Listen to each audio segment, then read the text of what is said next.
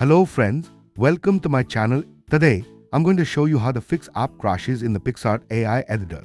First, make sure the app is already installed on your phone.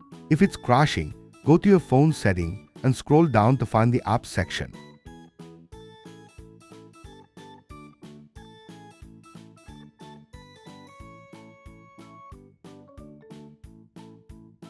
From there, look for your specific app, in this case, Picsart. Scroll to the letter P and select Picsart once you find it. After opening the app settings, scroll to the bottom and tap on Clear Data. First, choose Clear Cache and then select Clear All Data. This should resolve the issue. However, if the app continues to crash even after that, the next step is to uninstall the application and reinstall it from the App Store. Thanks so much for watching. If you found this video helpful, please give it a like, subscribe to the channel.